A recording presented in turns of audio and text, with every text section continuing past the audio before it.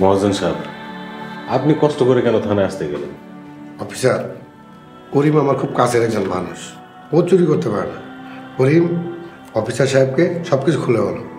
Sir, এই মন্টু বাইরে নিয়ে আমি মনির কাছ থেকে অটোটা কিনছি। যখন অটোটা কিনছি তখন কাগজপত্র দেখেই কিনছিলাম, কিন্তু কাগজপত্র যে জাল ওটা আমি বুঝি নাই স্যার। হ স্যার, হ্যাঁ যা করতেছে সবই সত্যি। আমি মনিরের কাছ থেকে তার নিজে অটো কিনে দিছি। স্যার, আপনার যদি মূল আসামি দরকার হয় আপনি আমার 1 ঘন্টা সময় দেন, আমি মূল আসামিরে আপনার সামনে হাজির করতেছি। আসলে কারো মুখের কথায় তো পুলিশ কাউকে ধরতে পারে না। আমরা হাতে নাতে প্রমাণ সহকারে করিমকে ধরেছি। অফিসার, করিম ভাই নির্দোষ।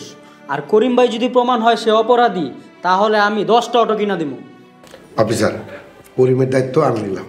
করিমের বিরুদ্ধে কোনো মামলা নেন না। ঝামেলায় ফেলে দিলেন মহাজন। আচ্ছা মন্টু, মনিরকে ধরিয়ে দিতে পারবে? কি বলেন স্যার?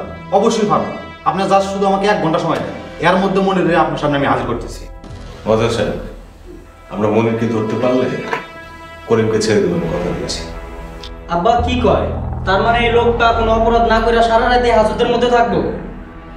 অসুবিধা হবে না, আমরা খেয়াল রাখবো। আর মহাজন, বুঝেনি তো, আমরা নিয়মের বাইরে তো যাইতে পারি না।